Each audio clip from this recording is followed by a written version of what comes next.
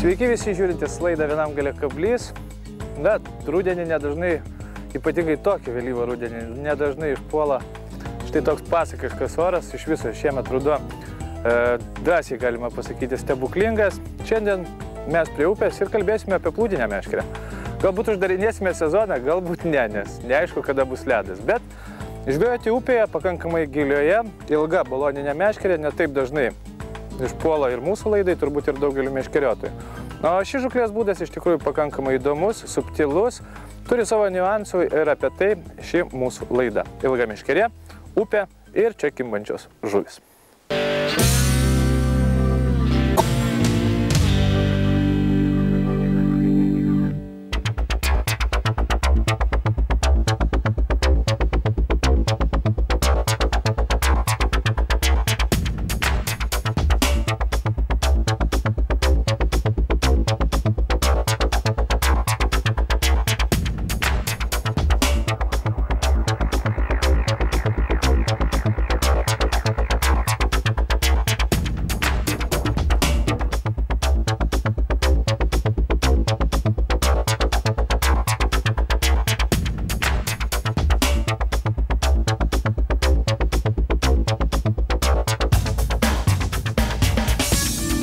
Žuklės vieta paruošta, kaip matote, masalai sudėti, gilis pramatuotas, gilis apie maždaug 5 metrus, 4,80, dėl to šiandien naudosime, kaip jau sakiau, ilgą baloninę meškerę, apie 6 metrų, nors gaudysim prie pat kranto.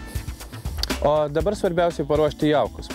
Kaip matėte, vienas iš jauko pagrindinių komponentų yra kurmiarausia žemė. Kodėl? Todėl, kad, ne kartą apie tai jau esame pasakoję, atšalus vandeniui žuvis labai greitai prisiryja, nebūna aktyvės, dėl to jaukus skiesime pakankamai daug žemės. Žemės naudosime daugiau nei 2 kg, o jauko apie kilogramą. Toksai bus mūsų santykis. Ir visų pirma, ką reikia padaryti, tai žemę prasijoti per sietą.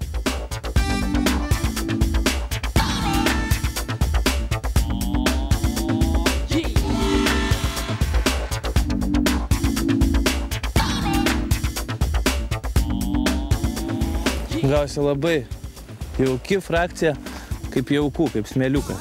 Labai puri žemė, be jokių akmenukų, be nieko. Ir būtent šiandien bus pagrindinis mūsų jauko komponentas. Nors kai kam atrodo juokinga, bet net nebejoju, kad jis sudirbs.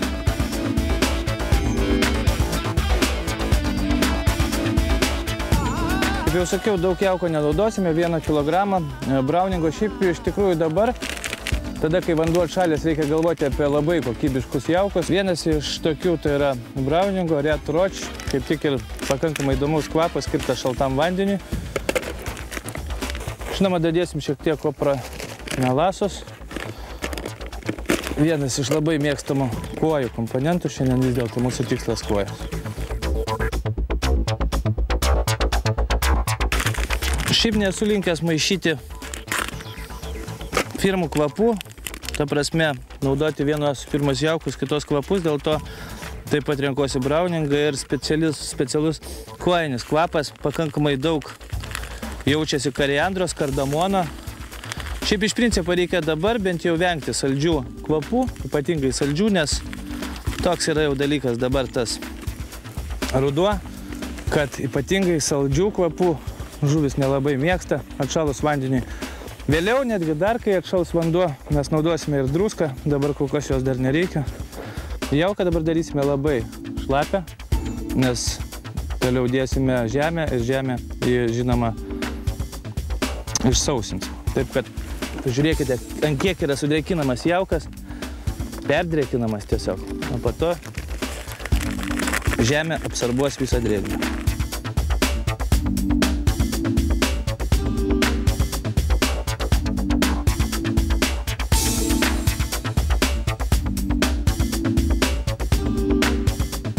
Jaukas padaromas kaip skista grietinė, kaip matote, visiškai atrodo perdrėkintas, visai netinkamas, bet pradėsim dėti žemę ir jisai automatiškai maišydamas jis pasidarys reikalingos konsistencijos. Ir žinoma, vėliau vėlgi viską per sietą, tam, kad jaukas būtų, kad ir sunkus nuo žemės, kad ir atrodys perdrėkintas, bet per sietą sutvarkytas jaukas atrodys iš tikrųjų labai apetitingai, pamatysite patys.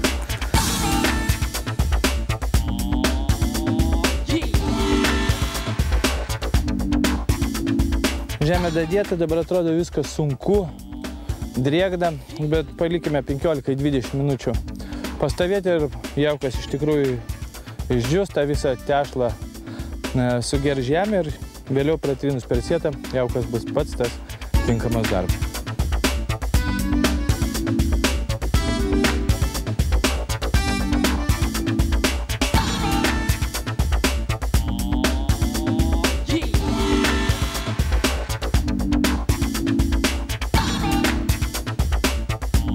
Va, gavome labai gražų, purų jauką, tiksliau daug žemės, mažai jauko ir ta žemė yra kvapni. Tai yra svarbiausia. Ir kas dar svarbu, kad jaukas gavosi tamsios, praktiškai žemės juodos spalvos. Kodėl? Todėl, kad, mačiau, kai žmonės čia mėtė šviesų jauką, praktiškai žuvis jam visai nebekybo. Kodėl? Todėl, kad, koja tokia žuvis, ypatingai rudenį, kad tikrai ant dugno, jeigu bus balta dėmė, šviesaus jauko dėmė, kuris perkat parduotuvėje, jinai tikrai nestovės. Jinai bijos paprasčiausiai to jauko, nes labai gerai matoma plėšrūnai, ar lydekai, ar ešeriai, jeigu valgo nuo tos baltos dėmės. O jeigu jaukas užtamsintas, drąsiai maitinasi, rankioja, ką randa jauke ir kibimas automatiškai būna geresnis. Šiek tiek, tik ne tiek daug, kiek dedame vasarą kukurūzų, kad žuvytė rastų jauke kažką tai, ko gal jai reikia. Šiek tiek perlinių kruopų, bet tik ne tiek daug, kaip jau sakiau, kaip mes dedame vasarą. Tokie akcentukai tame juodame jauke ant dugno, jie turėtų viliot žuvį. Ir aš dar sau drąsiai įdėsiu šiek tiek uodo trūklio lervų. Tai nėra būtina, bet iš principo jis tikrai vėlgi taps veiksmingesnis ir vilios žuvis būtent toksai jaukas, kur dar yra ir mėsytė. Viską išmaišome ir ruošiame jaukai rutulius. Daugelį meškeriotojų galbūt kils idėja, kodėl viskas yra trinama per sietą. Iš tikrųjų, palyginus paprastai jauką išmaišyta ranka ir per sietą jaukas kur kas puresnis, kur kas vienalytiškesnis, o žvejojant ypatingai dabar vėlyvą rudenį, tai labai svarbu, kad nebūtų jokių jauko gumulų ir žuvis neprisėstų. Kaip matote, jaukiname pradžioj startui apie 6-7 pakankamai didelius jauko rutulius. Jie suspausti įvairiai. Pirmieji 4 pakankamai stipriai, kad pradėtų dirbti ant dugno tik po 15 minučių, tai yra rankų pagalba suspaudžiate jaukas labai stipriai, o kiti 3 pakankamai lengvai, kad jie nuskendė į dugną, iš karto pradėtų purti, pradėtų skirstytis ir iš karto viliotų žuvį. Masalai šiandien naudosime daug pačių vairiausių variantų, tačiau tik žvejybos metu galima įsiaiškinti, ant ko geriausiai kimba žuvis. Vienas iš tokių, ką galime pasiūlyti jum žvejojant rudenį Minijos upėje, tai kukurūzas. Taip, anksčiau prie kukurūzo žuvis visiškai nebūdavo pripratusios. Na, dabar meškeriotojai, kai pradėjo gaudyti žuvis, kuo daugiau, tuo dažniau kukurūzais jie ir jaukina, jį deda ant kabliuko ir žuvis prie jų pripratusios kimba puikiai. Kągi, pirmasis laimikis, plūdės niurtelėjimas ir tokia standartinė rudeninė koja, ne pati mažiausia, ir tai yra svarbu. Žvejant baloninę meškerę, kuri yra pakankamai liauna viršūnėlė, traukti tokią žuvį iš tikrųjų malonu. Daugelis meškeriotojų pasakys, kodėl ne lydekos, kodėl ne ešeriai dabar rudenį. Daugelis meškeriotojų paprasčiausiai mėgsta žvejoti plūdinėmis meškerimis, dėl to šią laidą skiriame jiem apie jaukus, masalus ir apie sistemas, nes kol kas, kol neturime žiemos, iš tikrųjų puikiai galima praleisti laiką su meškerio rankose. Ypatingai tada, kai oras gražus, puikus ir taip sėdėti prie upės išties smagu.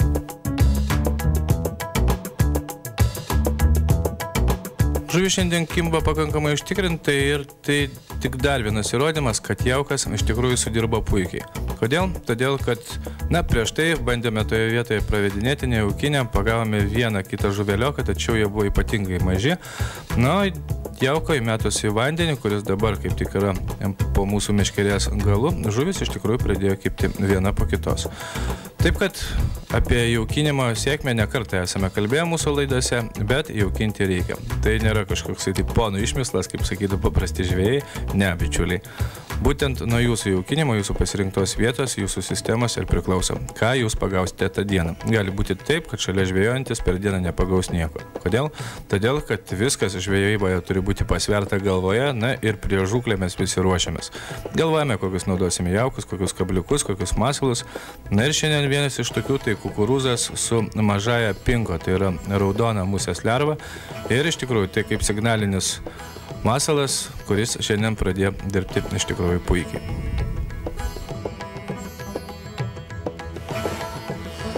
Kai šiandien reikaliukai ir kas įdomiausia, kad šiandien bandėme gaudyti pačiais įvairiausiais būdais. Iš principo, jeigu atvažiavai į žūklę, tai tiesiog vienu žūklės būdu, jeigu gaudėsi, tai gali būti taip, kad ir nieko nepagausi. Šiandien ant laidos, tai yra laisvo pravedimo.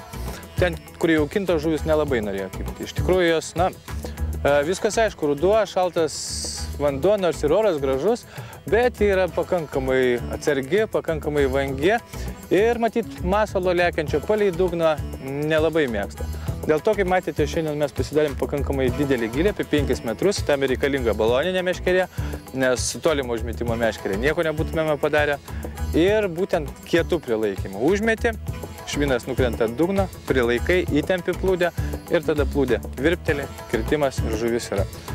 Iš tikrųjų pakankamai paprasta, bet rudenį viskas turi vėlgi būti labai plona. Mūsų pagrindinis valas 14, pavadėlis 1/10 mm, kabliukas 14, tinka ir 16 ir kaip matėte, visas kibimas kažkodėl vyksta ant kukurūzų. Nors turime pasiruošę begalį įvairiausių masalų, jų ir turi turėti tiek meškeriotojas, kad tikrai sužinotų, ant ko tą dieną kimbo žuvis, galbūt šrytos norės musės lervą, per pietus norės kukurūzą, vėliau kruopą, bet iš principo šiandien čia Minijos upė dirba kukurūzus. Kągi, mes tęsime žūklę. Apie įrankius maždaug viskas. Kaip matėte, svarelių išdėstymas labai paprastas. Vienas slankiantis svarelis, vienas top svarelis ir viskas. Labai paprasta, gaudai, keitiniai gilius, bandai, žodžiu. Žvejybą šiandien neprigaudysime kalno, vis dėlto lapkričio mėnuo, bet pasėdėti prie upės su plūdinė meškerė dar smagu.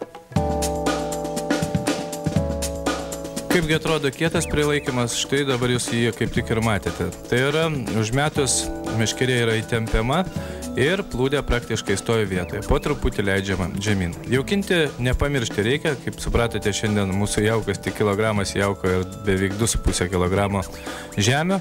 Dėl to net nebejojame, kad žuvis tikrai nepersivalgys. Na, o jaukinant, pastoviai jaukinant, tiesa, jau žvejybos metu reikia galvoti, kaip jūs žvejojate. Jeigu žuvis kimba pakankamai aktyviai, galbūt jauko labai daug mesti ir nereikia. Vieną kitą rutuliuką. Na, o jeigu žuvis nurimo, išlaukite pauzę. Nepulkite galvodamas apie tai, kad žuvis tiesiog, suvalgia visus jūsų jaukus ir prasitraukia. Taip negali būti.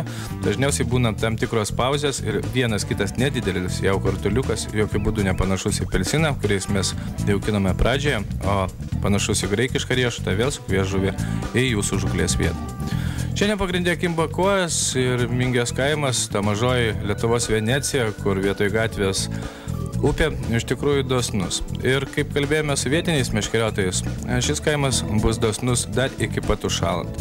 Taip, prieš šalant kuo daugiau link žiemos, to didesnės ir stambesnės kojos, kaip Minijoje. Kodėl? Todėl, kad iš Kuršių Marijos pradeda plaukti į Miniją, ruoštis čia žiemoti ir jei pamenate, ant ledo čia susirenka žvejoti visa Lietuva.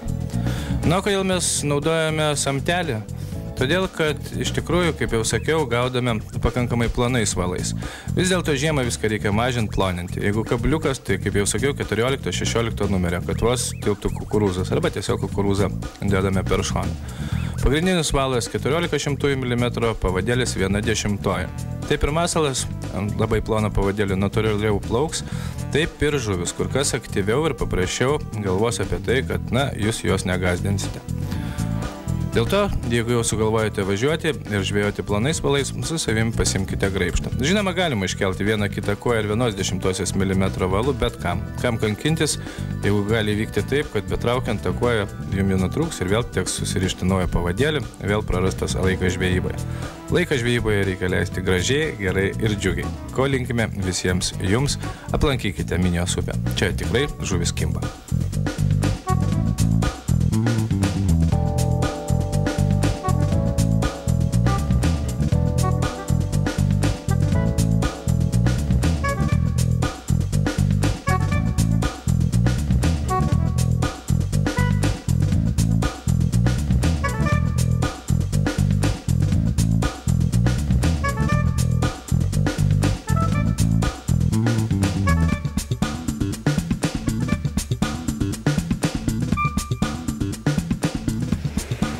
tokia šiandien buvo mūsų žuklė, daug negalvojame, kaip sakiau, puikiai praleidome laiką, geras oras, labai viskas tvarkoja ir jeigu sugalvosite, tikrai pabandykite dar uždaryti plūdę, nes meškerės sezoną. Gal neuždaryti, sakau, niekas nežino, kokia bus žiema, bet dabar su meškerė upėje, kai pakankamai aukštas vanduo ir žvejoti sunku, vis dėlto pagauti įmanoma. O tai yra mums visiems meškeriotojams svarbiausia.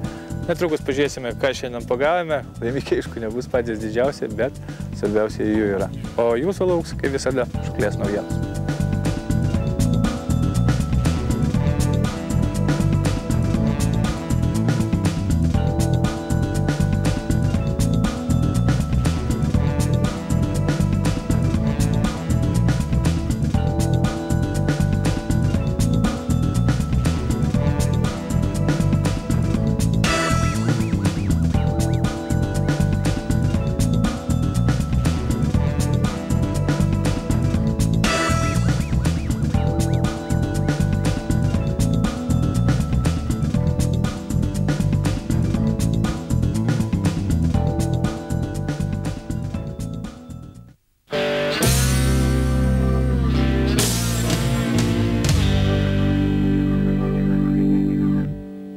Sveiki žvejai! Šioje laidoje norėčiau papasakoti apie daiktus skirtus žuklei šaltuoju metų laiku, kada vyrauja jūrinė, vėgėlių ir plekšnių žuklė. O pradėti norėčiau nuo universalaus spiningo dugninės. Šis meškerikotis tinka visoms šio meto žuklėms, tiek vėgėlių, plekšnių, tiek jūroje, nes šis meškerikotis turi net 4 galūnės. Tai yra, jūs galite naudoti kaip dugninę ar kaip jūrinę meškerę, nes šios 4 galūnės yra labai varaus kalibro. Kaip matote, ši žalia galūnė skirta svoriams net iki 3, ar manyčiau net 400 gramų, nes net sunku su ranka sulenkti. Yra ir liaunos galūnės, kada žvejai naudoja šviną iki 50-40 gramų. Žodžiu, tikrai labai universalus kotas žukliai nuo molo, nuo Palangoje ir Šventoje ir Liepoje, kur žvėjai mėgsta žvejoti plekšnės, taip pat puikiai tinkantis meškerikotis vėgėlių žuklei. Kitas patogus daiktas, ypač plekšnių žuklėje, yra štai toks surfinis stovas. Pagrindiniai jo privalumai yra tie, kad stovas yra labai lengvas, lengvai nusinešti iki jūros, nes su mašina neina iki jūros privažiuoti. Kitas dalykas, labai patogus surinkimas, labai greitas surinkimas. Tokį stovą surinkti užima 2 minutės maksimum. Jeigu pasitreniruoti, tai ir minutę. Visi sujungimai, visi fiksatoriai yra labai patogus, kokybiški, tvirti. Tai pasistatę ant smėlio tokį stovą, jūs į jį įsidėsite 2 savo meškerikočius surfiniai žukliai. O kadangi orai tikrai mūsų jau nelepina šilumą, kiekvienoje žukliai praversta štai toks termoso rinkinys. Į komplektą įeina 1 litro termosas, 2 puodeliai, pipirinė druskinė, šaukšteliai, servetėlės. Na ir manyčiau, toks kompaktiškas termoso rinkinys neužims daug vietos bet kurioje mašinos bagažinė ar jūsų kuprinė ir pravers bet kurioje žuklėje. Plekšnių ir vėgėlių žuklė, žinoma, neapsieina be valo ir Kormorano firma pagamino specialų valą tokiom žuklėm. O kuom jis ypatingas? Pirmiausia, štai tokia fluorescencinė spalva. Tai ne šiaip sau paprastas dažymas, o ši spalva yra ypatinga tuo, kad naktį ar temstant ar švintant, žodžiu, esant blogam apšvietimui, pašvietų su prožektoriu ar tiesiog, jeigu nors truputėlį saulė šviečia, jis labai gerai matosi. Tom teko praktiškai įsitikinti, žuvaujant plekšnės naktį, kada pašvietų su prožektorius labai gerai matote, kur eina jūsų valai. Jeigu, sakysim, paprasto valo beveik nesimato. Beje, šio valo ritinėlė yra suvyniota net 350 metrų, tai priklausomai nuo ritės dydžio, kurią jūs naudojate žuklėje. Tokio vieno ritinėlio užtenka 2 ar netgi 3 rytim.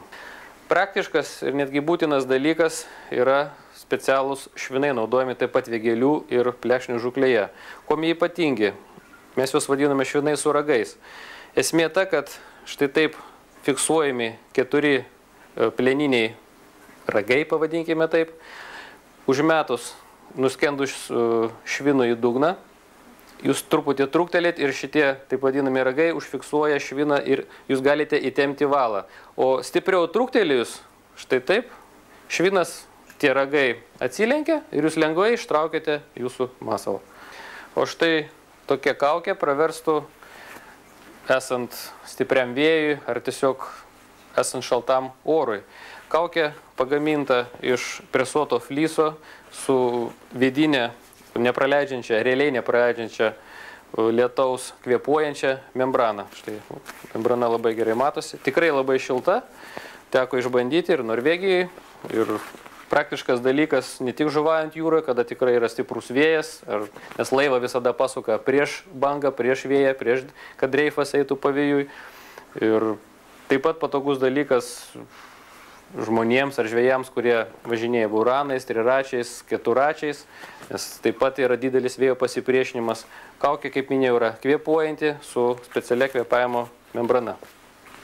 Plekšnių žūklėje nepamainomas dalykas yra įvairūs fosforiniai ir ryškus rutuliukai, kurie pagerina plekšnės kibimą, tai yra jau patikrinta laiko.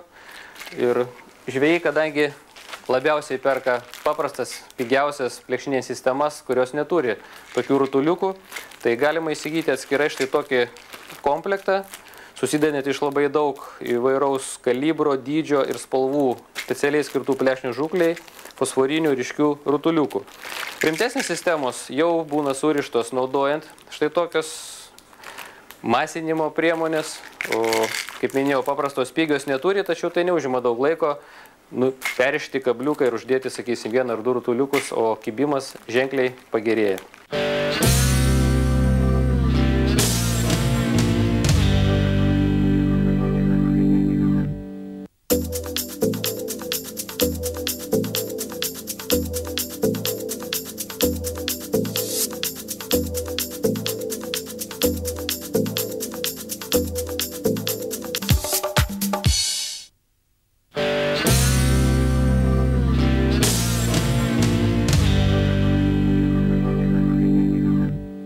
Šią savaitę Romadoje vyksta dvi akcijos.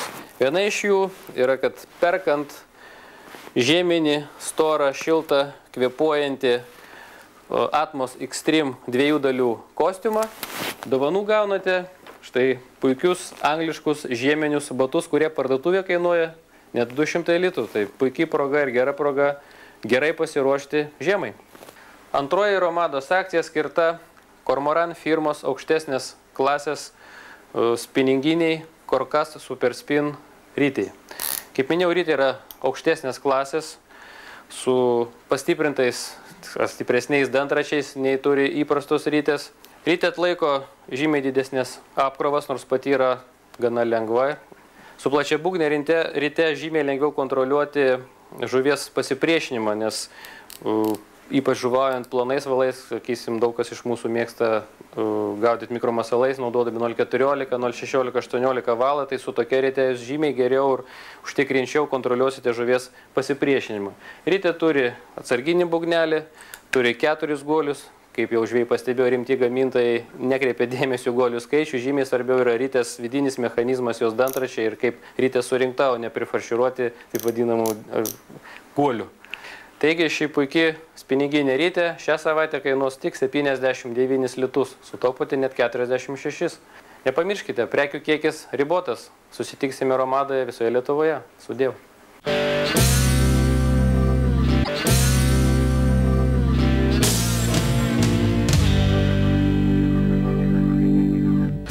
Sauliaus Jokožio didžiausia vakarų Lietuvoje spaustuvė šiemet pristato naujieną. Įsirinkite ir padarykite kalendorių pats savo. Asmeniniai kalendoriai kiekvienam su įspūdingiausiamis gyvenimo akimirkomis. Daugiau www.kalendoriai.lt.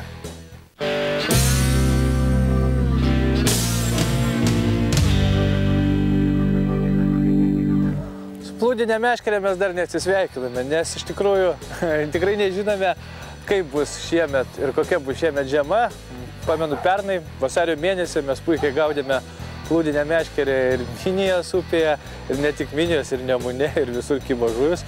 Žinoma, buvo žiemos režimas, kaip ir dabar šiandien mes rodėme jums laidoje, tokius reikia ruošti jaukus, pakankamai, tokius jau subtilius, nemaistingus ir žuvies įmanoma pagauti. Įmanoma jos pagauti ne tik Minijoje, įmanoma pagauti ir Nevėžį, ir Nemune. Ir Dubysoje yra ir Ventoje, žodžiu, visur. Tik tai reikia tai žūklei pasiruošti. Likime jum irgi puikiai praleisti laiką su plūdinė meškerė. Mes kaip visada sakom, nei žvyno, nei uodegos ir susitiksim lygiai po savaitės.